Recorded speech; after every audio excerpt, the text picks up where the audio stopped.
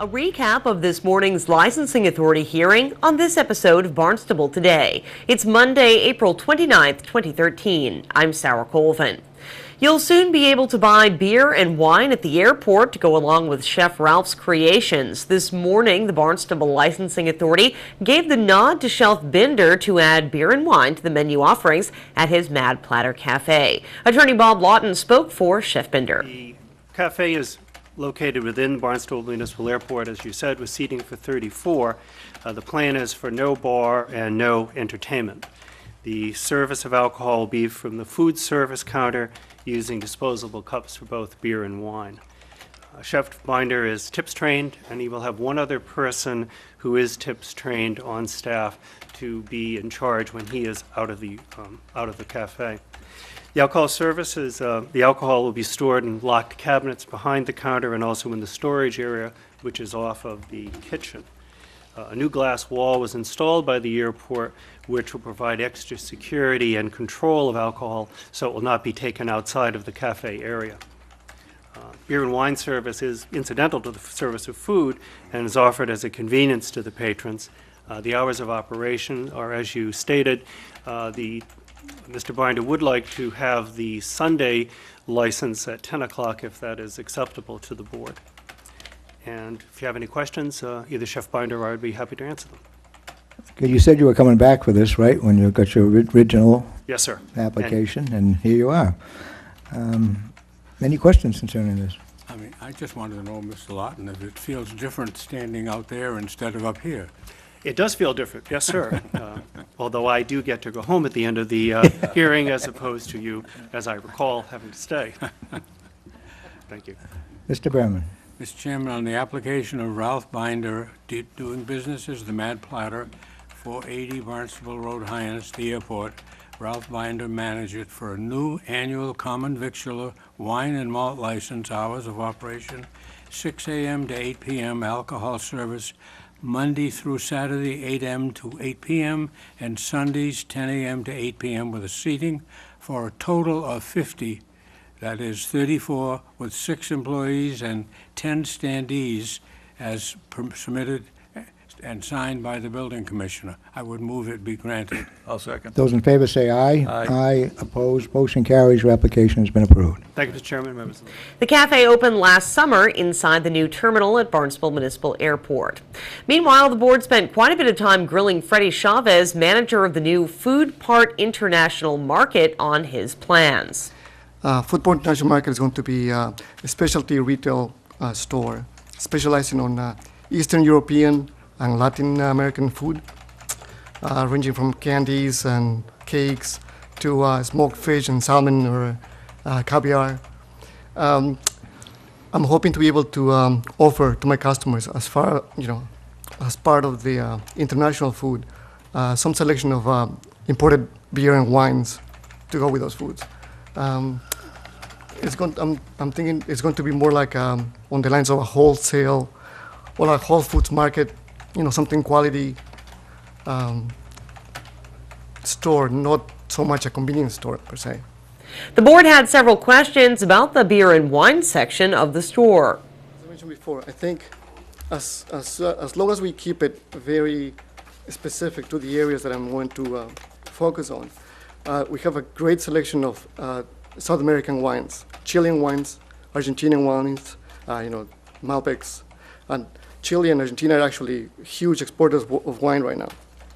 And one of the benefits is that they're producing really good wines at a relatively low cost. So that can be available to the public. And I will say in the last 2 years, Malbec has become very popular in comparison to like Italian wines or Californian wines. So, and at the same time, there's a region in Eastern Europe, which produces wine that is not available here on the Cape, and also Greek wine that also has become very popular in the last couple of years. So if I focus on those wines that people have actually talked to me about working as a bartender, and I can see the need for it, I think if we keep it specific enough and we are able to put, to supply those that they won't be able to get on a different retail store, then I think Chavez told the board his hope is that his store will enhance Main Street Hyannis. I think, as I said, my point of opening the store where it is, where Mr. Papas had it before, is a great spot, and I want to enhance Main Street by opening there. You know, so if I provide some these service with a quality store with some quality products and specialty wines and beers, I think I'm providing a service to the area. Chavez is opening the International Food Store at the corner of Main Street and Barnstable Road, in the spot most recently occupied by Grit grocer Orexi Foods. Well, a show cause hearing for Maloney Realty Trust doing business as the Embassy Inn regarding safety hazards and a lack of inspection took up a good portion of the meeting as well. Building Commissioner Tom Perry told the board what was found at inspections. The last time we were in, which was for this year's license, we actually did a count of how many rooms were being used and how many potential people were in beds. And we came up with 31 potential people to be in this house. That is on beds that we found. There was also evidence that there was possibly portable beds that could be put out at another time in another location. I have a PowerPoint presentation prepared, and we'll just go through this. This is the front of the building. This is the front door where you come in. There's a phone outside, because many times it's locked.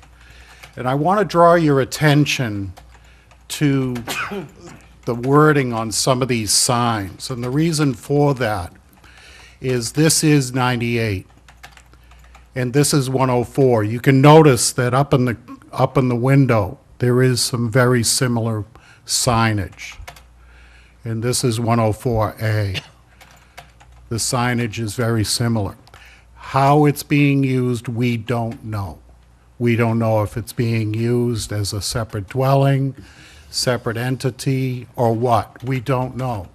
There is some evidence that there is some Board of Health sign-offs for registrations. We don't know if it's being used as part of the licensed establishment.